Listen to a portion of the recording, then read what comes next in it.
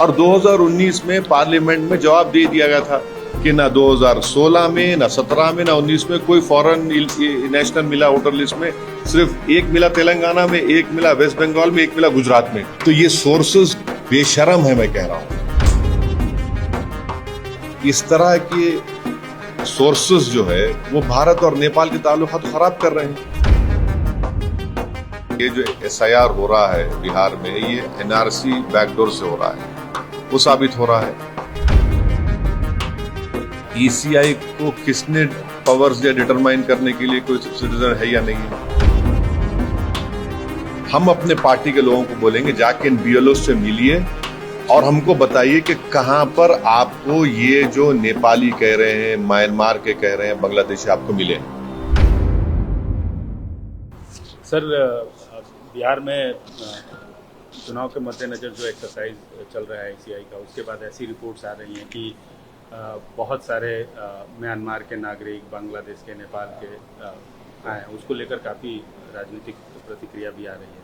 इस पर आपका क्या कहना है? देखिए, सबसे बड़ी बात तो ये है कि बड़ी अफसोसनाक बात है कि कॉन्स्टिट्यूशनल बॉडी खुद ऑन रिकॉर्ड कोई बात नहीं कह रही है और एक कॉन्स्टिट्यूशनल बॉडी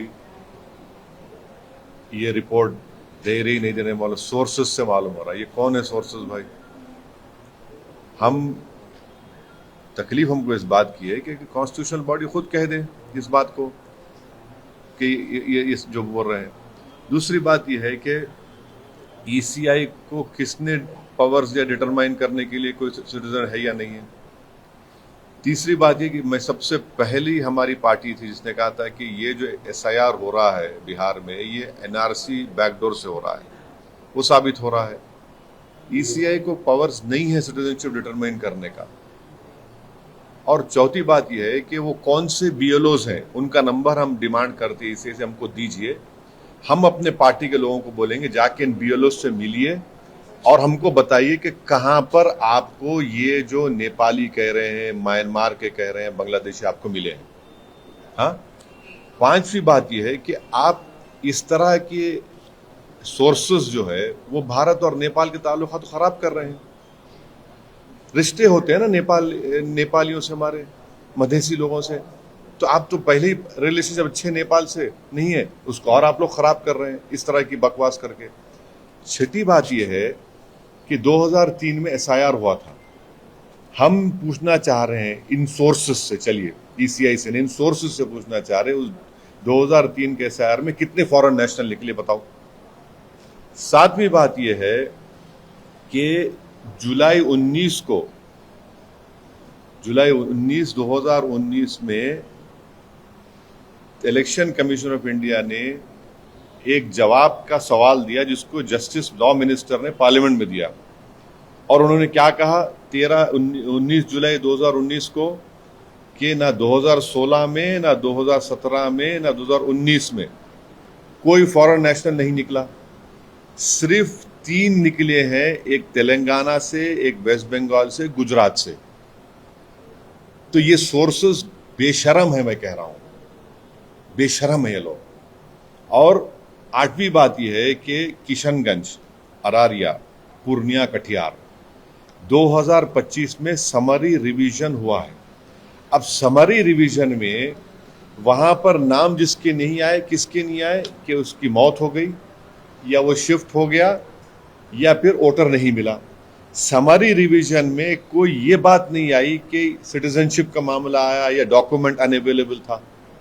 तो ये क्यों इस तरह करके एक कॉन्स्टिट्यूशनल बॉडी के वक़ार में, उनके एहतराम में कमी ला रहे हैं?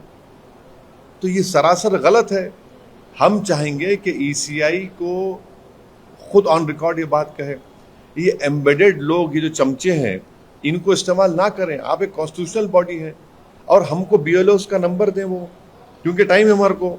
हम जाएंगे उन BLOs के पास, पूछेंगे बताओ तुमने किस बुनियाद पर कह दिया कि नेपाली है, क्या रिकॉर्ड है तुम्हारे पास। और सुप्रीम कोर्ट ने प्राइमा फेसी कहा कि आप 3 डॉक्यूमेंट्स को देखिए, रेशन कार्ड, आधार कार्ड, तो आपने कह दिया तो उन 3 डॉक्यूमेंट्स को आपको देखना ही है।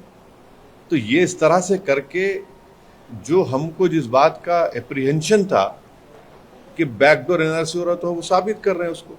सर आप बोले कि इलेक्शन कमीशन को अख्तियार नहीं है सिटीजनशिप का, लेकिन अगर किसी एक्सरसाइज के तहत अगर इस तरह की विसंगतियां सामने आ रही हैं और सफाई अगर हो रही है तो उसमें दिक्कत क्या है? अगर चीजें आइडेंटिफाई हो रही हैं, कुछ ऐसी चीजें आपको राइट नहीं है ना।